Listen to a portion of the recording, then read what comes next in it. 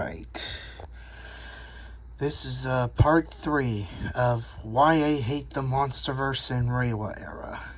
In the last video, I talked about G14, its missed potential, Shin Godzilla and its governmental technobabble, and the Polygon trilogy's abysmal execution on such an amazing and interesting concept. Now, I'll be going on with the other movies. Next up, with 2019's Godzilla King of the Monsters. So, after the Polygon trilogy was not really didn't leave a huge impression on many people's hopes and dreams for it. Eventually, they didn't have to wait that long for the next Godzilla movie to be released, because the movie that they've been waiting for ever since it was announced back in 2014 was finally right around the corner to be released. That movie was the sequel to Gareth Edwards' Godzilla King of the Monsters. This time, the movie director would be Michael Dougherty, who was a huge fan of Godzilla. And of course, when he heard that they wanted him to make this movie, he got excited for it. And so, more things would be announced that would make fans even more excited. Especially with the appearance, especially this one, with Rodan, Mothra, King Ghidorah, that will be appearing alongside Godzilla in this movie. Not only was this going to be the first sequel of an American-made Godzilla film, it was also going to be the first American Godzilla film to feature other Toho monsters, not just Godzilla. This movie sounded so awesome. We thought things couldn't even get better, but they did.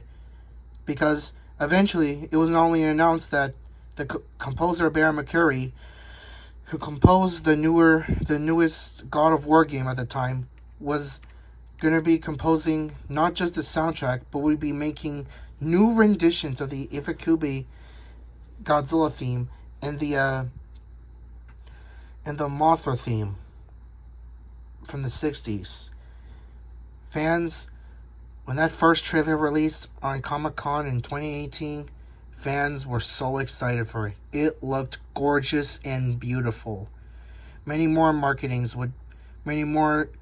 spots and trailers would be released for the film. This movie just looks so cool and so awesome that fans, including me, were so happy we would be getting a movie like this in our lifetime. Our dream American-made Godzilla film was coming true. And when I first saw it on theaters in that year, I loved it. I really did. It felt like a beautiful love letter to the entire Godzilla franchise. I was so happy to have this movie. And to be fair, I kinda am right now, because I really do like Godzilla's design here. It's much better than the generic Western dinosaur that Gareth made in 2014. This one does feel like almost close to the Toho Godzilla. If they just fixed the head, I would have even loved it even more. We also got Rodan, who also has a very great redesign, and then King Ghidorah, which is my favorite, has my favorite design of the character. Okay, well, actually, second favorite. My favorite being the Heisei Ghidorah design. And then there's the soundtrack, which was chef's kiss. Mwah. I also liked some of the mythology that was introduced in this movie, especially with the monsters being treated almost like some kind of mythical gods. There were some great things in this movie. Unfortunately, though, when rewatching this to commemorate Godzilla vs. Kong, I realized how much of a big mess this movie was. That was unfortunately even worse than G14. for one little nitpick, I don't like Mothra's design in this movie, and in another certain movie that I'll talk about later. But I do not like how she looked like a mantis instead of a fucking moth. It's Mothra, not Mantis Thra. But but what are the other things I didn't like about the movie? Well, for starters, they didn't improve the characters. The characters is basically the same thing as G14, except even more. Except whereas the family in G14, the Brody family, were boring in that movie. the new family, the Russells, were annoying. Madison is a plot armor girl, and Emma Russell is basically Temu Thanos, and her motivations just did not make any sense. There's also the comic release, the white haired dude. I think his name is Rick. Then there's the other guy. His name is Sam. Yeah, they're fucking annoying.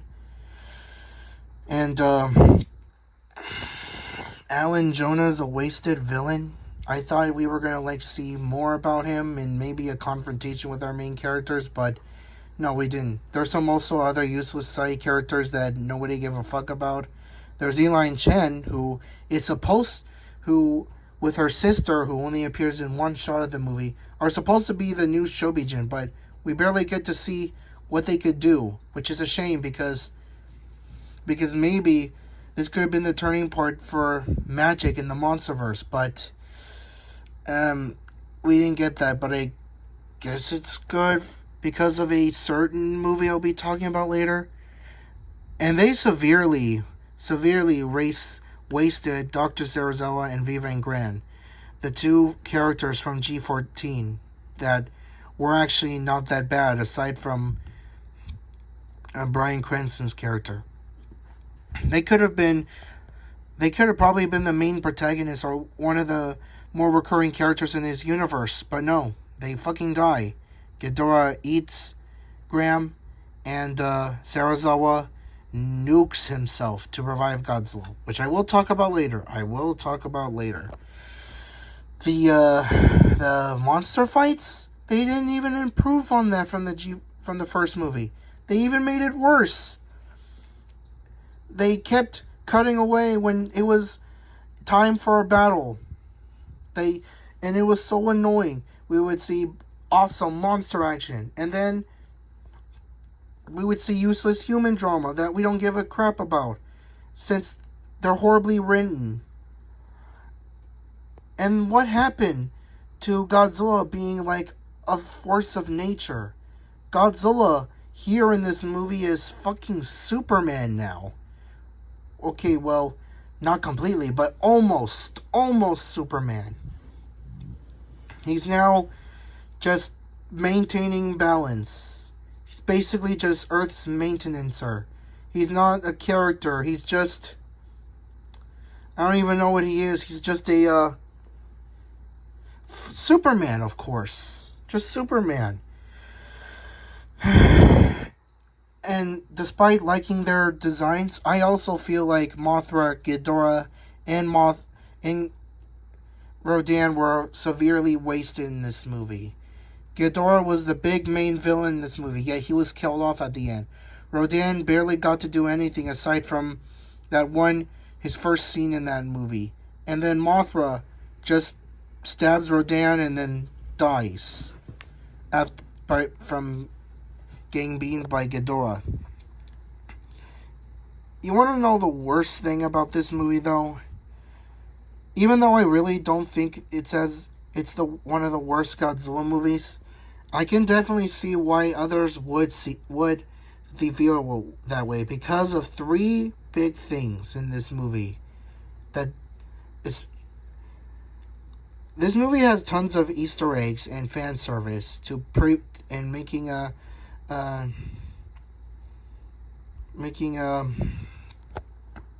references to the previous franchises, the previous Godzilla movies.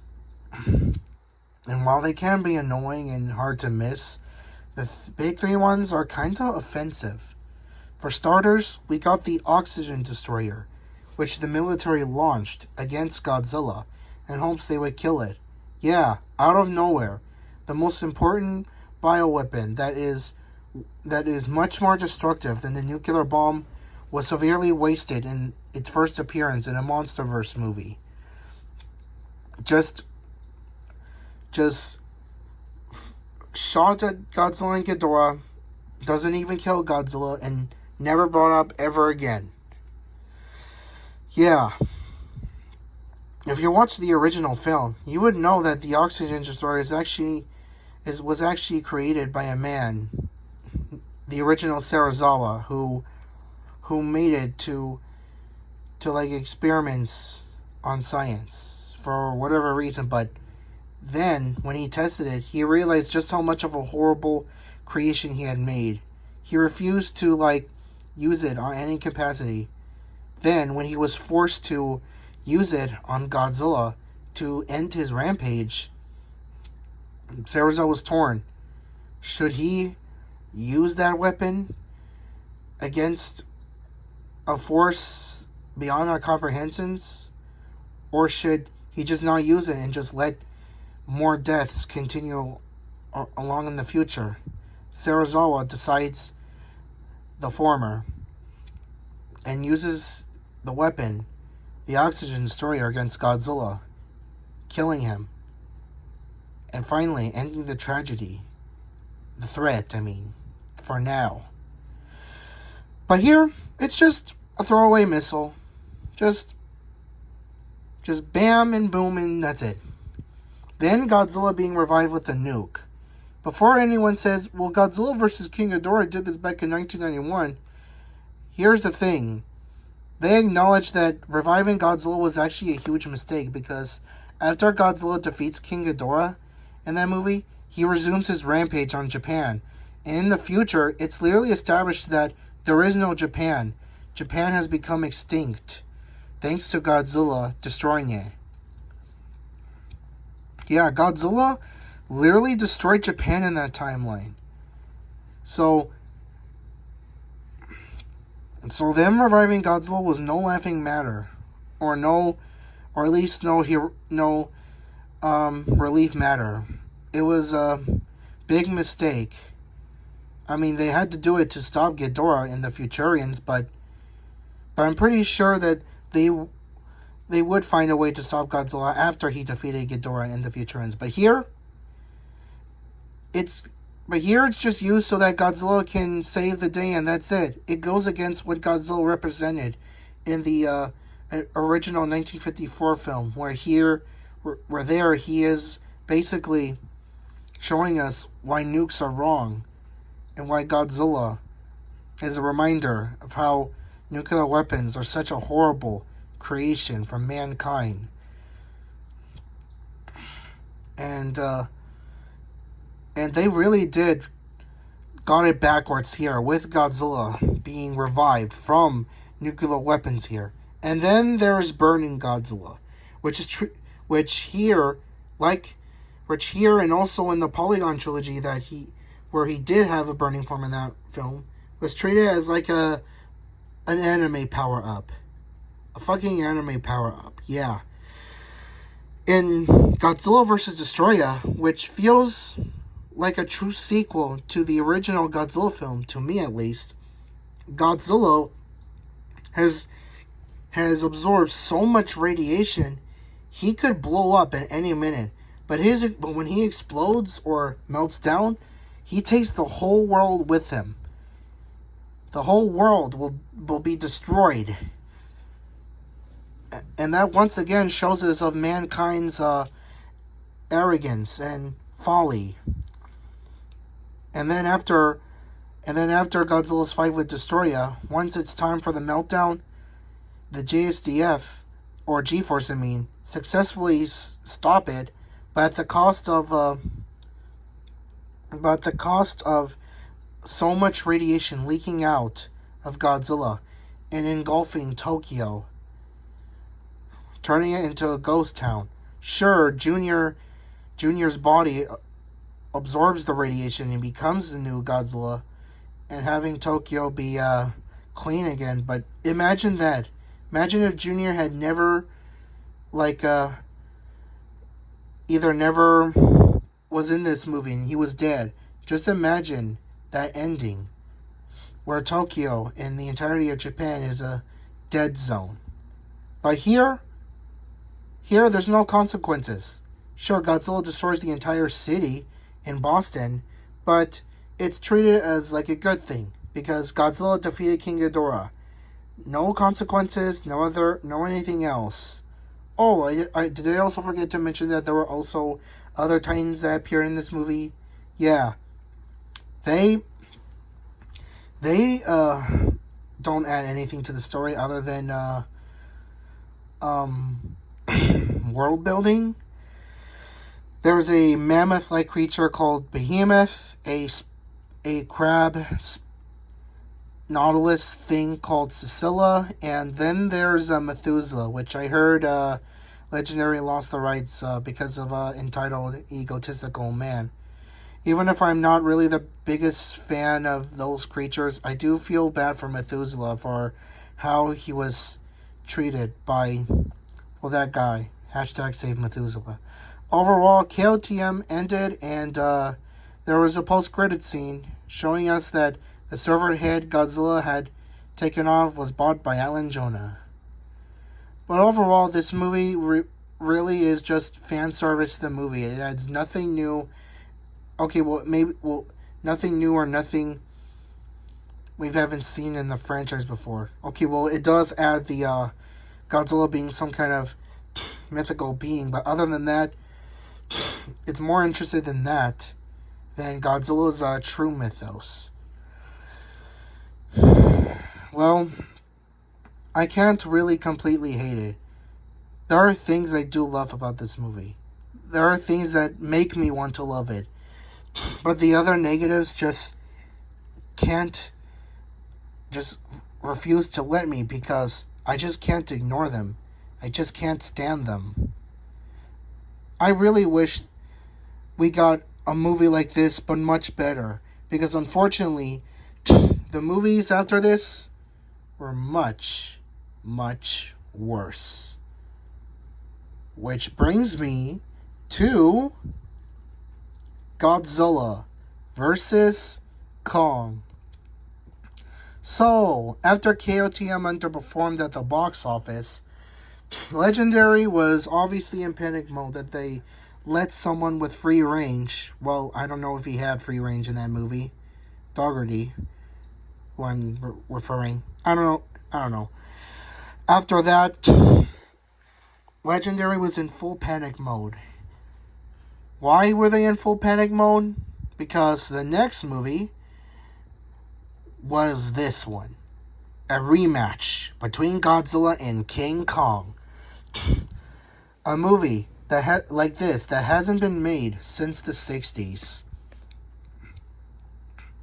So this movie is basically the reason why the Monsterverse came to be, as Kong Skull Island was originally just going to be a solo Kong movie, not connected to the universe of Godzilla 2014, just its own thing.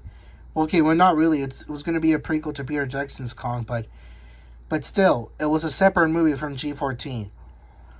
But after Legendary was considering on having Godzilla and Kong rematch for the big screen again, the original draft for that Kong movie, the prequel Kong movie, was canceled. It was turned into a reboot, an origin story for this new universe, which was obviously called the Monsterverse, and its iteration for King Kong. And then the sequel for Godzilla would then be a setup. Would then be also a setup for GVK, which eventually led to the announcement of GVK for a 2020 release in March of that year. Once KOTM underperformed, it got delayed to November of that year. Fans thought, okay, It's not that bad of a big delay.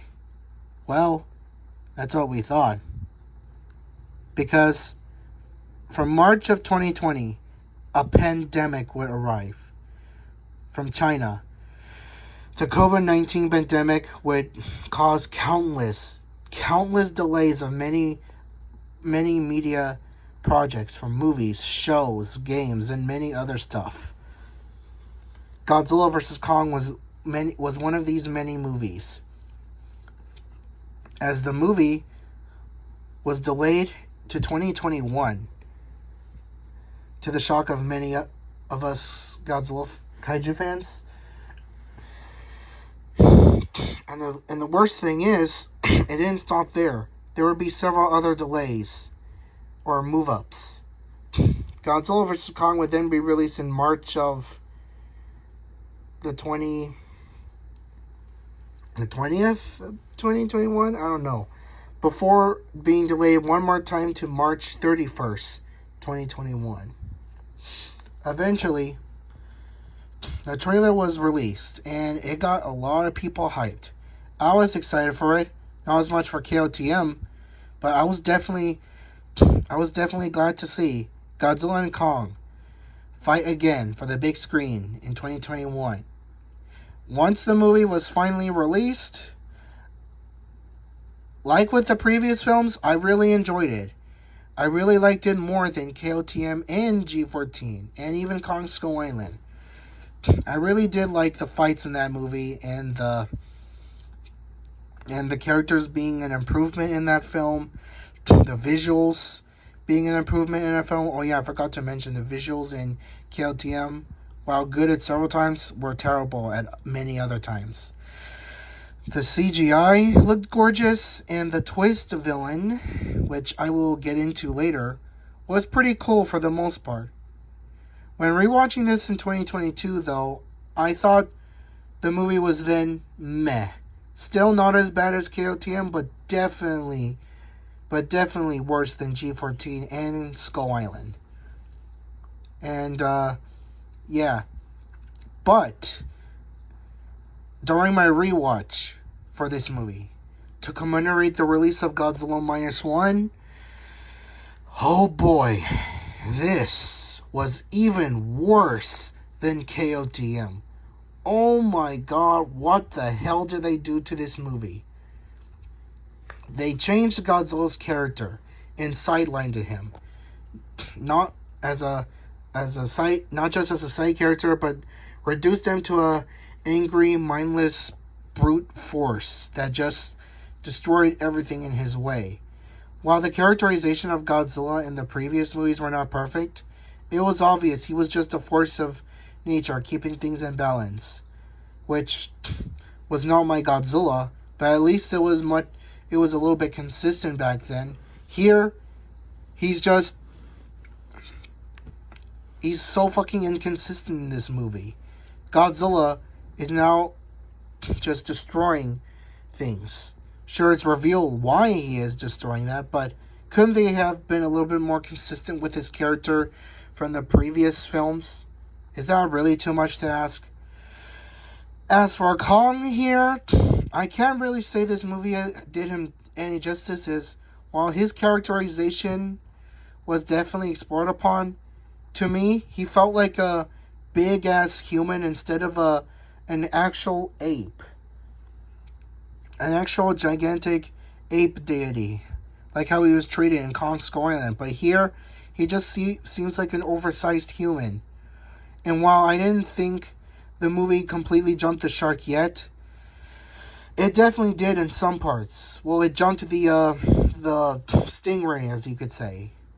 Where here, now there's some anti-gravity vehicles and other advanced tech. And then the Hollow Earth. Yeah. There are so many questions about the Hollow Earth. Like, there's a sun in there? What? That makes no sense.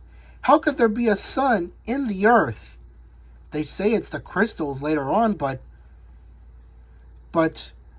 explain it in the movie, not in other source material. The characters are even more useless than they were in KOTM. This is where I feel like maybe they should have removed the human characters because they don't add anything to the story. They're just there for exposition sakes. That's basically a big problem with the Monsterverse. Just exposition machines and not actual fleshed out characters.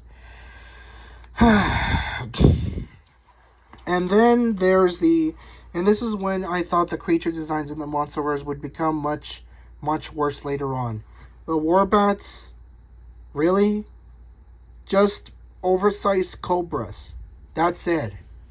The Hellhawks are basically just bats, but with bird heads. And then there's Doug. Yeah, he's just there for some reason. And then there's Kong's axe. They're just giving Kong plot armor at this point. Really big plot armor. What the hell? Why an axe of all things? Why couldn't it have been Kong's electrical powers in the 1962 film? Like, I don't get it. Yeah, I really do not get it. Like, that's like just... we could have had a great opportunity to see Kong's abilities on the forefront once again. Like, having Kong using his electrical powers on Godzilla seemed so cool. But no, they didn't do that. Instead, they just give him a boring-ass axe. Kong's a monster. He should have... And monsters are basically unnatural creatures. He should have unnatural abilities. Not a fucking axe. It's not as bad as a certain thing I'll talk about later on, but still. This is just more proof that even when Kong is on screen, that's not the Kong I know. That's just a human in a Bigfoot suit. Now, this could also be because I'm, not the biggest Kong fan.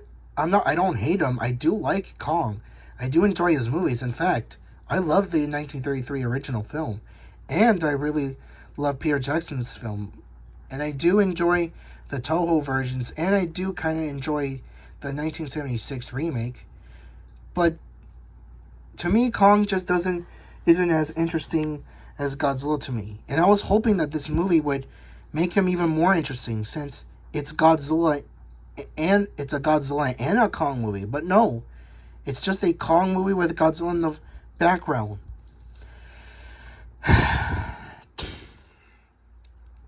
I know I said some shit about the human characters in this movie, but I did kind of like Gia, in this movie at least.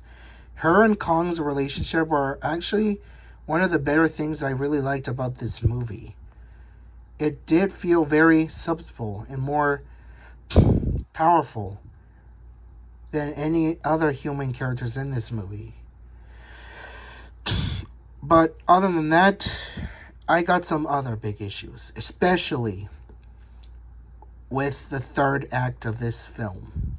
So, Godzilla and Kong, both big name characters, and they both have big annoying fanboys. So, how do we please both of them by in this crossover where they're fighting to the death? Like, if we make Godzilla lose, then against Kong, then the Godzilla fanboys are going to be so angry of how Godzilla's fought even more powerful monsters in the past, yet a big monkey's the one to defeat him. But at the same time, if Godzilla did truly kill Kong and actually did really win, then Kong fans, being also annoying, would also attack us for saying, oh my goodness, Kong is smart. He's a big ape, making him smarter than Godzilla. He should overpower Godzilla, not to lose against him. I got it. Let's add a third-party villain. Yeah, let's make your own monster. No. It's gonna be a mecha, a robot. All right. let me just go ahead and try to decide it. No, no, no, no, no, no, no, no, no, no, no. Let's use a legacy monster just so that we don't have to use any more legacy monsters in future movies. What should we do? Jaguar, who hasn't been in a film in a long time. Nope. Mogira, who's been in 2 films, but is just not popular. Nope. All right. There's also Mecha King Ghidorah, whose skull did appear in the post-credit scenes of the last movie, but that's too risky for us. Let's I got it. Mecha Godzilla. He's been in too much movies, but let's milk him. Let's use him. Yeah, Mecha Godzilla is in this movie. Now, sure, I think it was expected that he would appear in this movie. In fact, there were some crazy theories that Godzilla was actually Mecha Godzilla in disguise in this movie for whatever reason. But still, I think that would have been much better choice, as at least Mecha Godzilla would do more stuff instead of just being introduced in the last third of the film. But no, he's just introduced out of nowhere in the movie. Sure, they set him up, but aside from hardcore kaiju fans, did anyone believe that Godzilla and Kong will fight a robotic version of Godzilla? No, they expected Godzilla and Kong to fight to the death. That's about it. They weren't expecting fucking Batman versus Superman. They were expecting Godzilla versus Kong. 2 famous monsters battling to the death to see who is the true king of the monsters. But no, they introduced Mechagodzilla right at the end, just so that they could please both Godzilla fans and Kong fans. And this is going to sound very crazy, but hear me out. In terms of design, yes, this Mechagodzilla is better with its design and how it acts. In terms of presence and build-up, I'm sorry, I think the Polygon Trilogy did it a little bit better than GVK did. I know. Throw your pitchforks with fire on me, go ahead, all you want, but I don't care. I felt Mechagodzilla's presence and his sense of threat in that movie much more than this fucking film. Mechagodzilla did feel terrifying, even by not appearing in the movie, especially with the nanometal. Would I have liked to see Mechagodzilla fight Godzilla in that movie? Hell yes, I would have. But I did feel like it did a much better job of making Mechagodzilla feel not like a thing to save humanity from its depression, but something that's not really trustworthy. But here, Mechagodzilla is just a pushover and he fucking dies.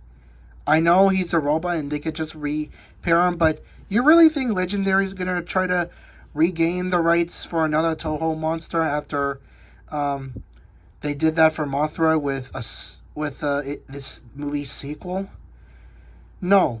I will talk about the Toho monsters thing in the next video, but for now, it does seem like they just wanted to have Mechagodzilla in the Monsterverse just so that they could have the Toho Big 5 in it, because they're too scared to make a Godzilla versus Mechagodzilla movie.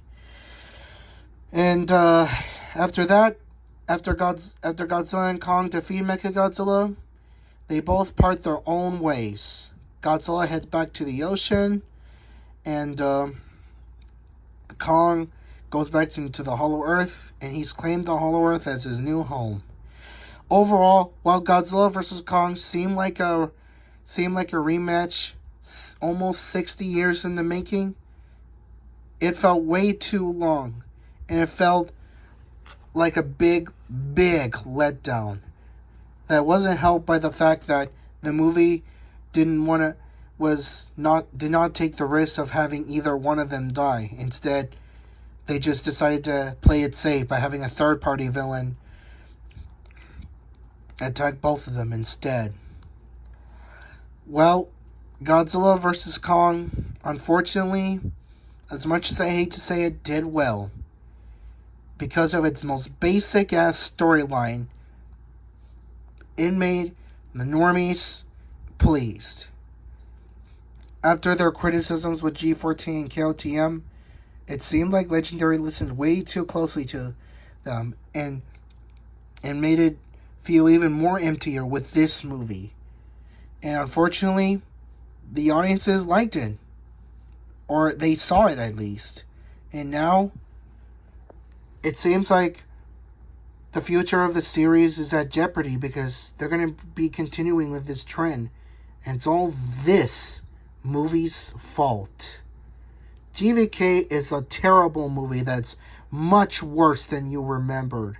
It's an abomination of a film. I don't know why people like this movie. Or why they think it's even better than the previous ones.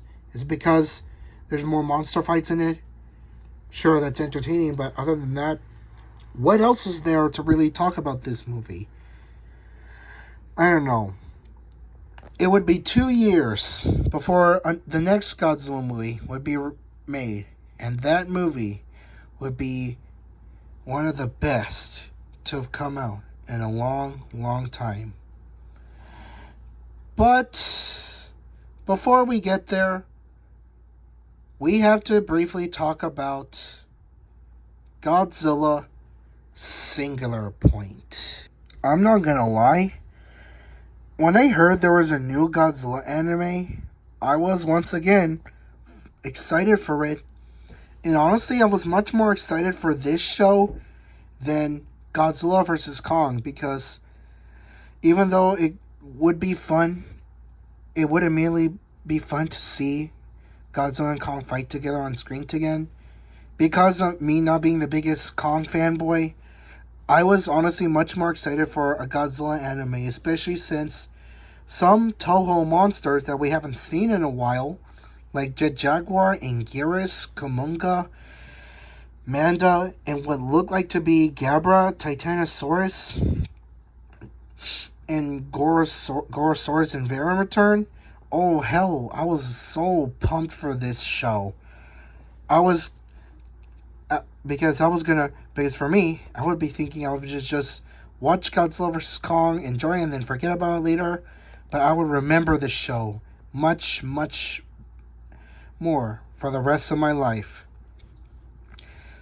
And what made this look even more better than the Polygon trilogy that came before it was the fact that the characters were actually very colorful.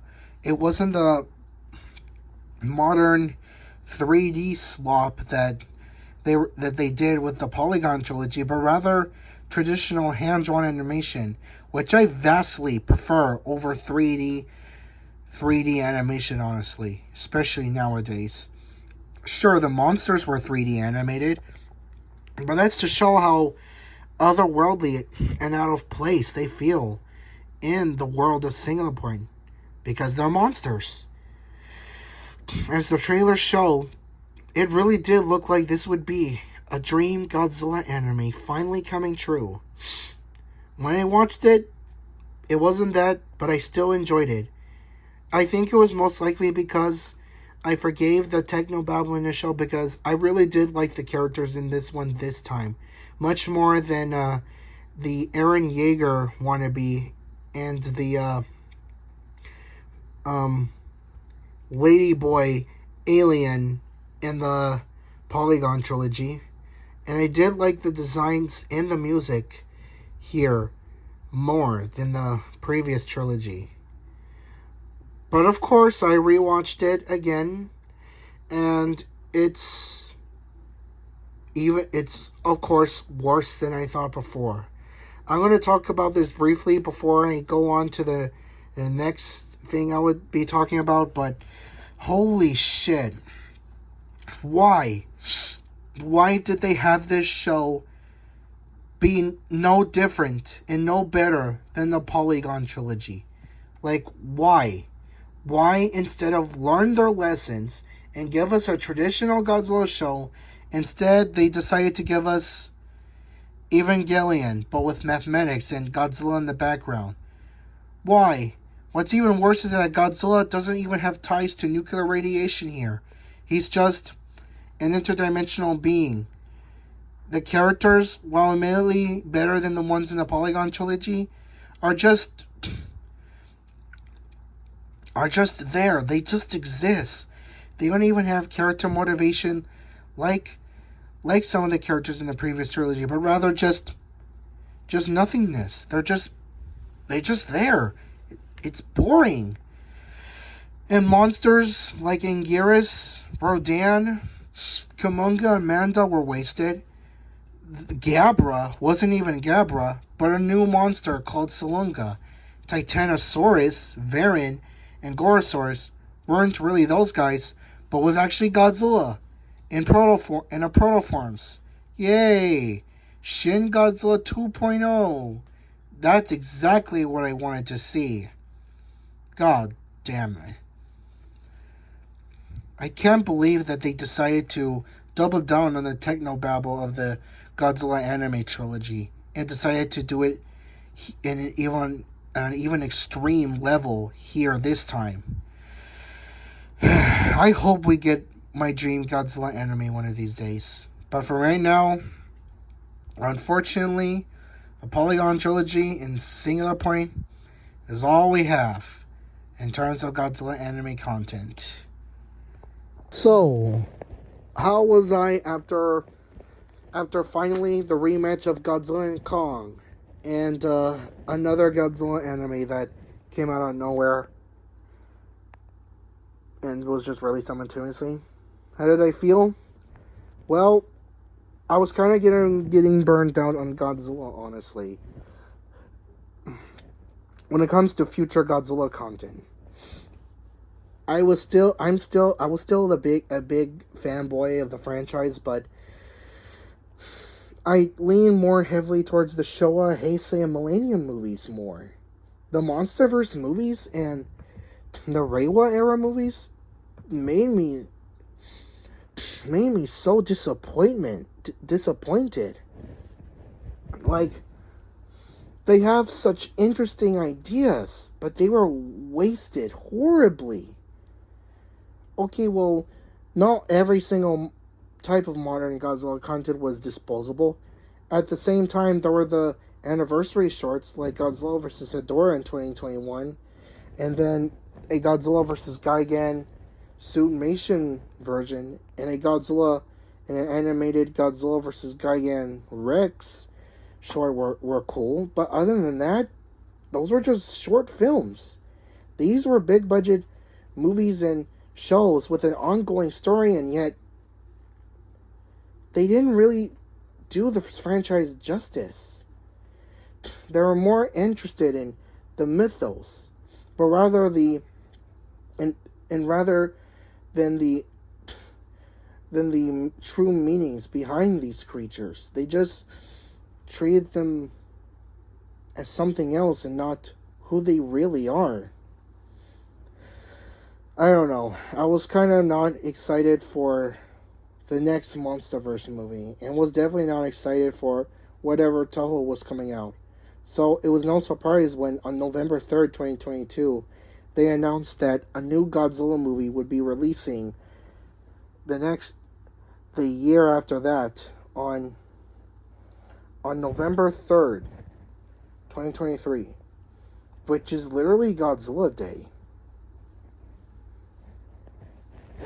By that I mean that November 3rd is basically an unofficial holiday for Godzilla, as that was the release date for the original 54 film. I was not really that excited when that movie was announced, honestly. The director Takashi Yamazaki interested me, especially since he did work on previous Godzilla content that felt like Godzilla and not a walking emotionless statue that was Shin, Earth, and Ultima, or the inconsistent incarnate that was Monsterverse Godzilla. But I was kind of worried that Toho was just gonna force them make their Godzilla movie instead of let Yamazaki make his Godzilla movie. So months went by until finally in July of 2023, hope was regained in me once the first teaser and the title of the movie was released. The title would be Godzilla Minus One, a movie that takes place in post-World War II Japan. And by post, I don't mean like in 1954, but years before it. 2 years after World War II, in 1947. That really, really intrigued me. An interesting movie, as a history piece film that was going to have Godzilla in a time where the JSTF wasn't even established. It was only at a zero state, that had to deal with a force like Godzilla that's so indestructible. It would be difficult to really defeat him at such a low point like that. More trailers, more character reveals would intrigue me more and more, to the point where where Godzilla Minus One was finally released. But before we get to that film, we gotta talk about this piece of shit. This is Monarch Legacy of Monsters. Sorry for the blurry screen for a bit, but Monarch Legacy of Monsters seemed like a show that might reignite my interest in the Monsterverse, but still had me much more excited than the Godzilla vs. Kong sequel. A show that's actually a prequel to every Monsterverse movie before G14, but also technically, which also makes it technically a sequel to G14. Wow.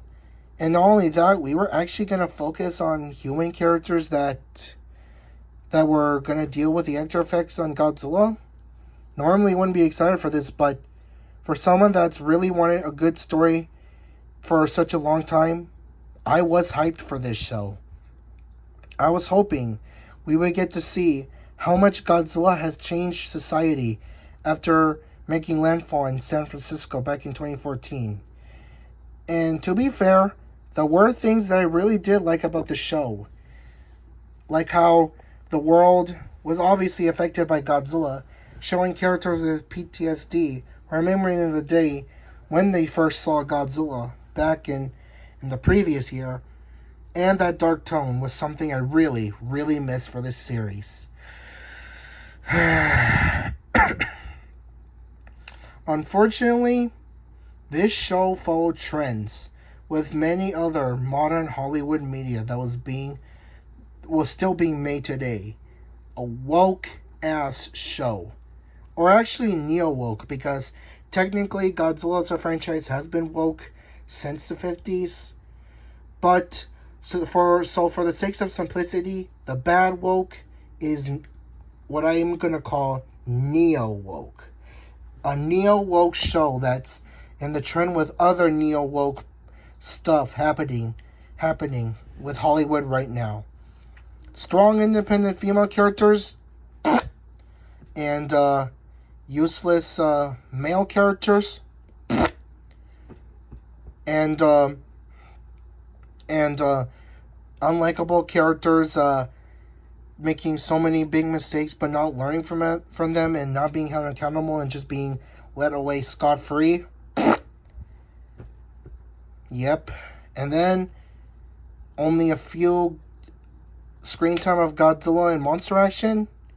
To be fair, I knew they wouldn't be having that many screen times since this was going to be about Monarch, but because the human characters were so uninteresting, I'm just going to say, yeah. And this is called Monarch, Legacy of Monsters. Yet the only legacy that's actually being talked about is the human characters.